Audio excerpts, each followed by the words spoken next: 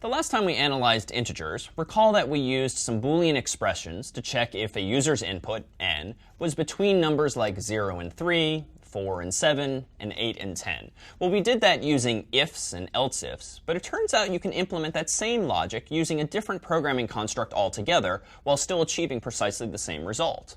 In fact, we can introduce something called a switch that allows us to switch our behavior depending on the value of some variable.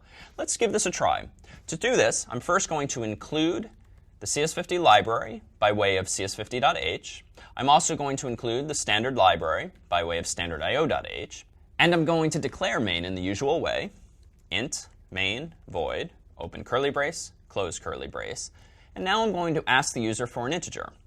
Printf, give me an int between 1 and 10. And now I'm going to get that int using the CS50 library's function, getInt. Int, let's call it n, equals getInt. And now I'm going to do a bit of analysis on that integer, somewhat arbitrarily, but with this new construct known as a switch. Switch on the value of n as follows. In the case that n equals 1, or in the case that n equals 2, or in the case that n equals 3, go ahead and execute this line of code. Printf, you picked a small int, break. Now I need to implement the equivalent of an else simply by enumerating some additional cases. In the case that n equals 4, or in the case that n equals 5, or in the case that n equals 6, or in the case that n equals 7, go ahead and print out, you picked a medium int, break. Now, in the case that the user picked a large number, let's detect that as follows.